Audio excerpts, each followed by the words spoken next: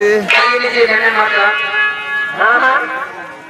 ये तुमसे प्यार किया मैं तुमसे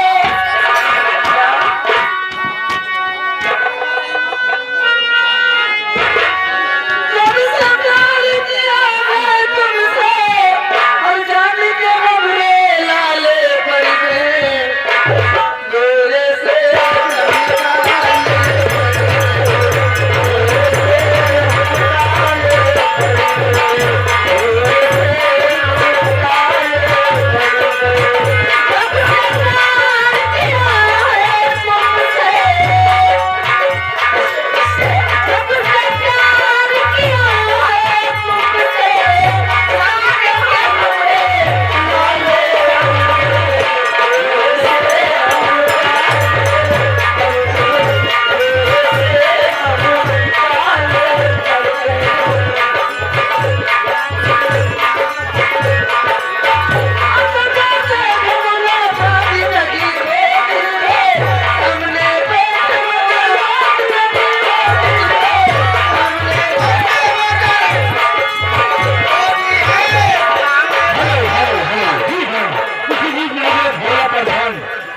इनकी तरफ से ये सोचकर व्यवहार आया है ताकि शब्द कहते हैं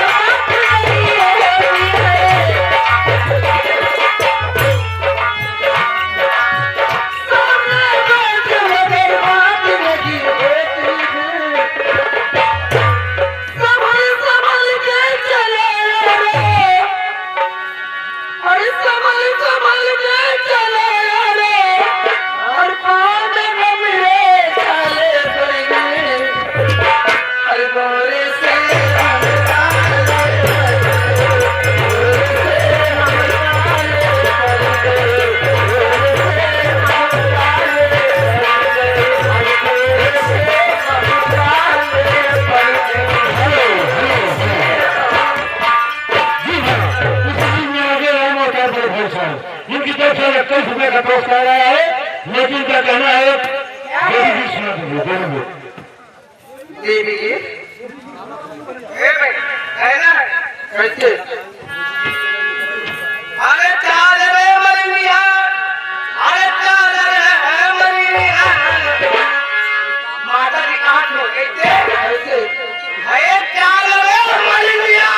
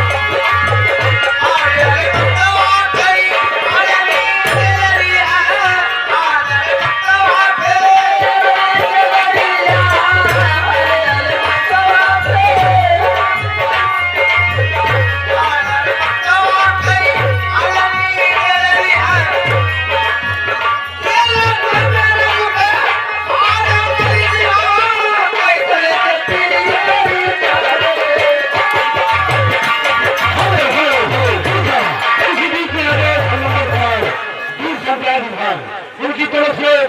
50 रुपए का पुरस्कार आया है पार्टी स्वागत करती है।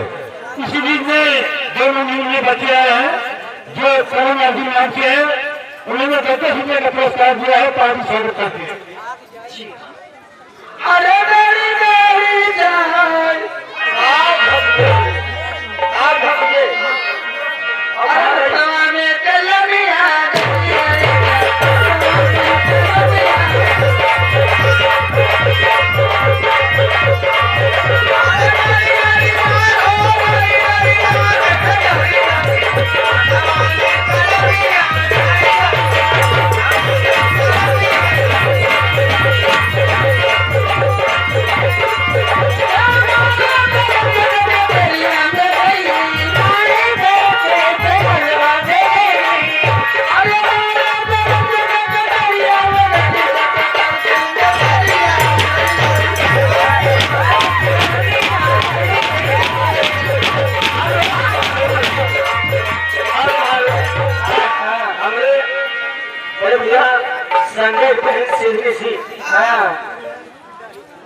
इनके फरमाइश पर अच्छी से कहो